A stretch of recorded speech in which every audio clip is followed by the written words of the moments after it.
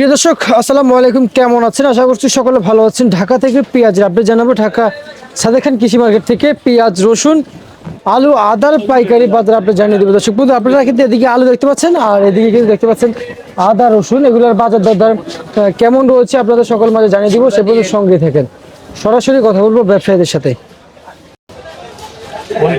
আসসালামু আলাইকুম। ওয়ালাইকুম আসসালাম ওয়া রাহমাতুল্লাহি ওয়া বারাকাতুহু। কেমন আছেন? আল্লাহ পাক রাখছে ভালো। ভালো আছেন তো আপনি? ইনশাআল্লাহ। আচ্ছা, এই যে রসুনের বাজার কি বাড়ছে না কমছে? অনেক বাড়ছে, প্রচুর পরিমাণে দাম বেড়ে গেছে রসুনের দাম। রসুনের বাজার? হ্যাঁ। আচ্ছা, আর এই যে পেঁয়াজের বাজার? পেঁয়াজের দাম একভাবেই আছে, স্বাভাবিক। আর এই যে আলুর বাজার? আলুর বাজার বাড়তি। আলুর বাজার বাড়তি। আচ্ছা, এই যে রসুন, এটা পিজি রসুন না? কত করে বিক্রি হচ্ছে পিজি রসুন? রসুন আজকে বিক্রি হয়েছে আছে 215 টাকা। 215 টাকা। আর বর্তমান বাজারে আদা কত করে বিক্রি চলছে বাজারে? আদার দাম কম, আদা পাইকারি 80 টাকা। পাইকারি 80 টাকা বিক্রি চলছে। আচ্ছা আচ্ছা, বুঝতে পারছি। আদা রসুনের বাজারে তো বাড়তি কেন? রসুনের দাম শুধু বাড়তি, আদার দাম কমছে। আদার দাম কমছে। আচ্ছা আচ্ছা, রসুনের দাম বাড়তি। দেশি রসুন কি আসছে নতুন করে বাজারে? না, দেশি রসুন নতুনটা আসে না, কিন্তু ওখানে হাটে দাম বেশি। হাটে দাম বেশি। হাটে দাম। আচ্ছা, নতুনটা কি আসবে? আরো 15 দিন পর আসবে। আর 15 দিন পর নতুন রসুন আসবে। নতুন আর 15 দিন পর আসবে। আচ্ছা, তারপর রসুনের দাম কমবে? হ্যাঁ, একটু কমবে ওই সময় আসলে।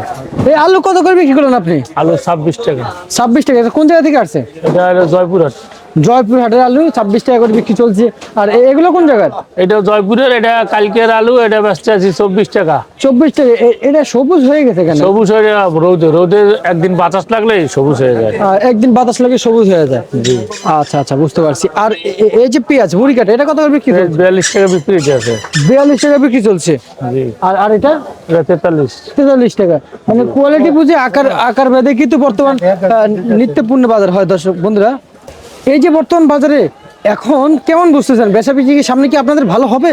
হ্যাঁ, সামনে বেচা কিনা ভালো হইব। মালের দামও একটু বাড়লে ঠিক হইব, কিন্তু এত দাম কমলে কৃষকের মালের দাম পয়সা পাইতেছে না, এই জন্য মাল বা ব্যবসায় বোঝাপড় হইতে আছে। আচ্ছা, বুঝতে পারছি। ঠিক আছে। কৃষকের যদি পয়সা না পায়, তখন মাল তারা হাট থেকে উঠে না ক্ষেত থেকে। না না আর না। হাটও আনতে চায় না, কারণ তারা তো অনেক টাকা ঋণ খেলাপ করে তারা মাল করে।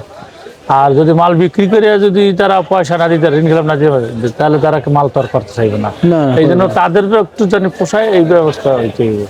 আচ্ছা, ঠিক আছে। আপনাকে অসংখ্য অসংখ্য ধন্যবাদ। দর্শক, এই ছিল আমার কাছে আজকের আপডেট।